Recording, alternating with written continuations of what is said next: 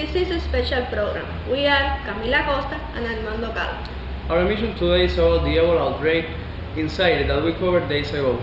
We have prepared a series of interviews with people that are fighting against this new disease. Also, we have a journalist at Yambuco Mission Hospital, the place where the first case was reported.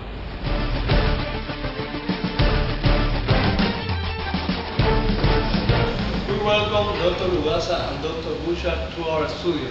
They are two of the principal local health authorities on Yambuco area. Good morning, Dr. Lugasa. You are a district health commissioner for Mumba region. When was the first time that you heard about this new disease? I just looked again where I received from the Mission Hospital about the death of two patients, an American male and a visiting farmer near to the plantations of Ebola River. Well, the mission doctor insisted that their death had been caused by an unknown disease whose spread, well, as you know, very fast. I mean, two houses with American, 4 members who had been caring for the farmer, and 10 odd patients of our clinic all day had come down with severe symptoms of the same illness. Well, at this point, I knew I had two choices. First one, well, just do nothing, which was honestly the wisest choice. And second was fill out a bewildering array of official forms to reporting this to Kinshasa. I knew if I elected this second option, I would be obligated to leave Kinshasa. Of course, I put this letter in the wastebasket. And now, Dr. Bouchard, what is the current situation in Zaire?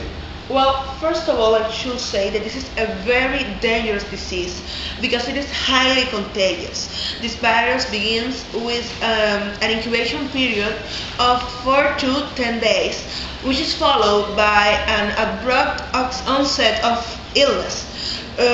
Fever, headache, weakness, and other symptoms that lead to a rapid deterioration in the condition of the individual. Right now, in the Yambuco Area Mission Hospital has been declared in quarantine, and when Dr. Lugasa called me, it was because this virus was not only affecting the inhabitants, it was also affecting the medical staff of the hospital. And in this moment, the situation is very delicate. 11 of our 17 members of the medical staff, along with 113 inhabitants, are already dead. We desperately need more doctors to fight against this disease, and we hope that the World Health Organization will help us with this. Well, thank both of you for being here, and we'll continue informing you. Stay with us.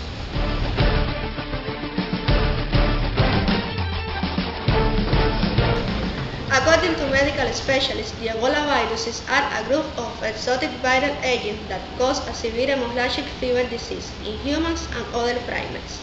The 4 known subtypes or species of Ebola viruses are Zaire, Sudan, Creston, and Ivory Coast, naming for the geographic location where these viruses were first determined to cause outbreak of disease.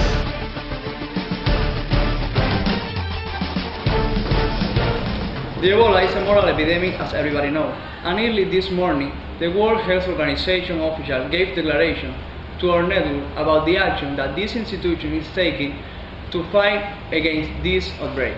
Good morning, ladies and gentlemen. I'm sorry to tell you that unfortunately the general situation has been getting worse day by day.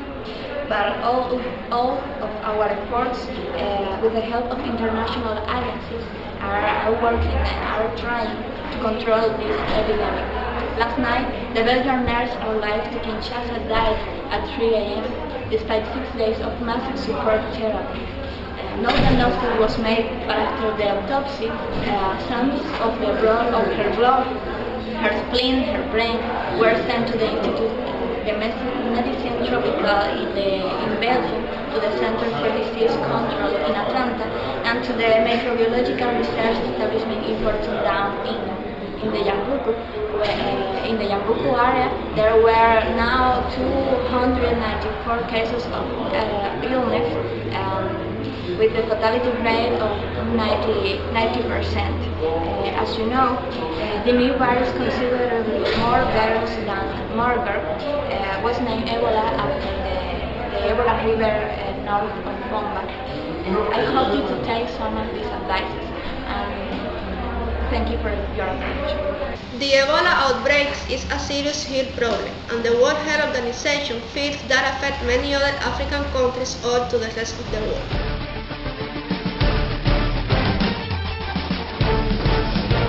Welcome back. Like we told you before, we have a special reported at Jambuco Mission Hospital, the place where the first case was reported. Good morning, Thais. Good morning, Carla. As you were saying, in this moment I am in Jambuco, a small town situated to the east of Ser, where something worrisome is happening. Few days ago, there were registered some cases of unknown type of malaria. The cure hasn't been found yet, but the treatment applied by the doctor keep the situation under control by now. To receive more details, I will give the floor to Dr. Rachel Caballero. Good morning, doctor. Good morning. What was the first case reported and which were the symptoms? Well, the first case was a biology student named John Rodell. He had been hit by chills and fever. He guessed he had malaria, even though he had been careful to take his chloroquine phosphate and prophylaxis against it. During the next 2 days, John was feeling better. By the third day, John's health took a rapid change. His first symptoms were a violent headache, followed in a rapid succession by chills, fever, nausea, and diarrhea. When the disease expanded itself? By morning, he felt weak and dehydrated, having vomited several times in the darkness.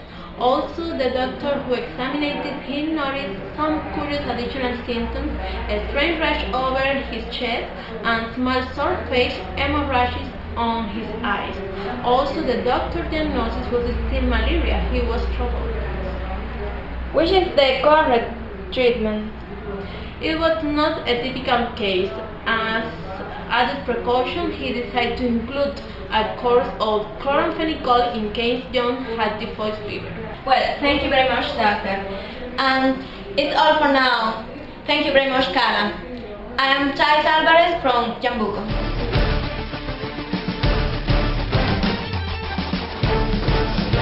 The economic and health situation of many countries like Sahel, Sudan, Preston, and Ivory Coast can become an obstacle to fight against this new disease, because the hospital doesn't have the resources and the required medical staff.